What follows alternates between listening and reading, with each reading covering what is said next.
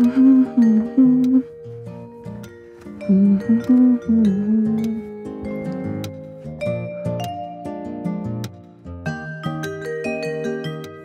আসছি রবীন্দ্রনাথ নাতনি।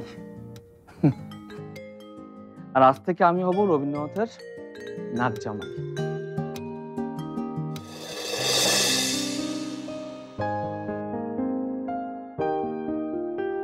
কি ব্যাপার, যদি তুই এখনো রেডি হচ্ছিস না কেন? আমি যে যাবো না সেটা তো আগেই বলেছি। যাবি না মানে? তুই আমার সাথে না গেলে কে যাবে? আমি কি দারোয়ান চাচাকে নিয়ে যাব? তুই না এইসব ব্যাপার একটু কমই বুঝিস। আমি যদি তোর সাথে বিয়েতে যাই তাহলে নতুন বউকে এই বাসায় বরণ করবে কি? তোর ওই দারোয়ান চাচা? মাকে এত করে বললাম তবুও। ওই লোকটা যে মাকে আসতে দেবে না সেটা আমি আগেই জানতাম। কিন্তু আমার কম্পিটিশনের দিন তো ঠিকই আসতে দিল। তার পেছনে তো স্বার্থ ছিল। কিসের স্বার্থ? পুরস্কারের টাকা, আর কি। ওই লোকটা ভেবেছিল তুই পুরস্কার জিতবি, জিতে যে টাকাটা পাবি সেটা মাকে দিবি আর মা ওই লোকটাকে দিয়ে দেবে। মাঝে মাঝে ভাবি কে বেশি খারাপ, আমাদের আসল বাবা যে কিনা আমাদেরকে ফেলে এত দূরে চলে গেছে, নাকি এই লোকটা যে মায়ের কাছ থেকে আমাদের এতদিন ধরে আলাদা করে রেখেছে। থাক থাক, তোকে এখন আর ফিলোসোফার হতে হবে না। এই যে ওয়ালটন আবারও মিলিয়নিয়ার অফারে ওয়ালটন ফ্রিজ কিনে আপনিও হয়ে যেতে পারেন মিলিয়নিয়ার।